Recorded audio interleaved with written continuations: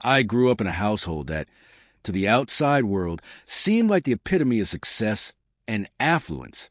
My parents drove luxury cars, wore designer clothes, and hosted extravagant parties that were the talk of our social circle. Our home was always filled with laughter, music, and the clinking of glasses.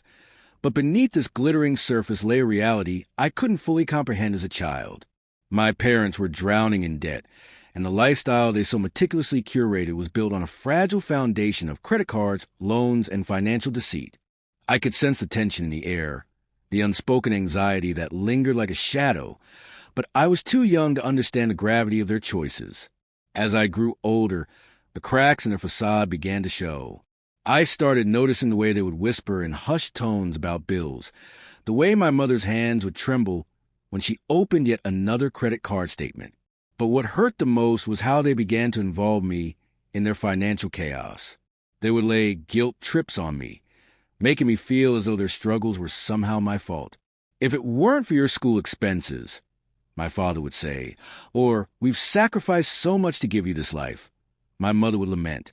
Their words weighed heavily on me, and I began to internalize their struggles as my own. Their manipulation didn't stop at words. They started taking money from me without asking, money I had earned from part-time jobs or received as gifts. They would justify it by saying it was for the family's needs, but it always felt like a violation. I felt trapped, caught in a cycle of guilt and obligation that I didn't know how to break. The more I tried to assert myself, the more they tightened their grip, weaving a narrative where I was the ungrateful child and they were the martyred parents. One incident, in particular, shattered any remaining illusions I had about their intentions. I had saved up for years to buy my first car, a modest used vehicle that symbolized my independence. One day, I came home to find it gone. When I asked my parents about it, they hesitated, exchanging uneasy glances. Finally, my mother admitted that she had forged my signature to sell the car. She explained that they needed the money to fund a family vacation, one they couldn't afford but had already promised to relatives. I was stunned. The betrayal cut deeper than I could have imagined. This wasn't just about the car. It was about trust, respect, and the realization that my parents saw me not as their child but as a resource to be exploited. The shock of that moment forced me to confront the truth. I was caught in a web of manipulation and financial abuse. I could no longer ignore the toxicity of our relationship. I knew I had to confront them, not just about the car, but about everything. The stolen money, the guilt trips, the lies. It was one of the hardest things I've ever done. I remember sitting them down, my heart pounding, and laying bare my feelings. I told them how their actions had hurt me, how their constant manipulation had left me feeling used and powerless. The conversation was heated, filled with defensiveness and excuses on their part, but I stood my ground. For the first time, I refused to let them twist the narrative. Despite the confrontation, I knew that words alone wouldn't be enough. I needed to take action to protect myself and hold them accountable. I sought legal advice, documenting every instance of theft, every forged signature, every emotional wound they had inflicted. With the help of a lawyer, I filed a police report and initiated a court case against my own parents. It was a surreal and painful decision, but I knew it was necessary. I couldn't allow their behavior to continue unchecked, not just for my sake, but for the sake of my own future. The court proceedings were grueling. Sitting in that courtroom, facing the people who had raised me, I felt a whirlwind of emotions: fear, anger, sadness, and even a strange sense of relief. When the judge finally ruled in my favor, it was a bittersweet victory. My parents were ordered to repay the stolen money, and their wages were garnished to ensure compliance. The financial repercussions were severe. They faced a very real possibility of losing their home. While I felt a sense of justice, my heart ached for the family I had once known and loved.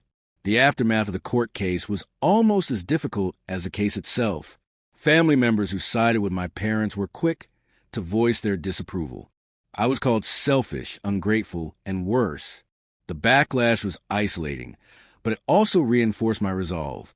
I realized that their judgment stemmed from a place of ignorance and denial. They couldn't or wouldn't see the truth of what I had endured. In time, I learned to find solace in my decision, knowing that I had taken a stand for myself and refused to be complicit in their destructive behavior. With the legal battle behind me, I knew I needed to establish firm boundaries to protect my mental health and well-being.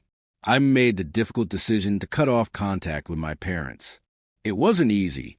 There were moments of doubt and grief, but I knew it was necessary. I focused on rebuilding my life, one step at a time. I worked hard to achieve financial independence, determined to create a future free from the shadows of my past. I saved diligently, educated myself about personal finance, and eventually bought my own home, a tangible symbol of my resilience and determination. Over time, I began to heal. I surrounded myself with people who respected and valued me, people who understood the importance of healthy relationships. I learned to prioritize self-care and to recognize my own worth. This journey taught me that true freedom comes from severing toxic ties, no matter how painful it may be. I came to understand that family relationships, like all relationships, must be built on mutual respect and understanding. Compassion is important, but it should never enable destructive behavior. Looking back, I see my experiences not just as a series of hardships, but as a journey of empowerment and self-discovery. I emerged stronger, wiser, and more equipped to face whatever life throws my way. I learned that healing is not a linear process. It's fraught with challenges and setbacks, but it's also filled with moments of growth and triumph. Today, I live a life that reflects my values, a life built on honesty, integrity, and self-respect. And while the scars of my past will always be a part of me, they no longer define me. I am, and always will be, the author of my own story.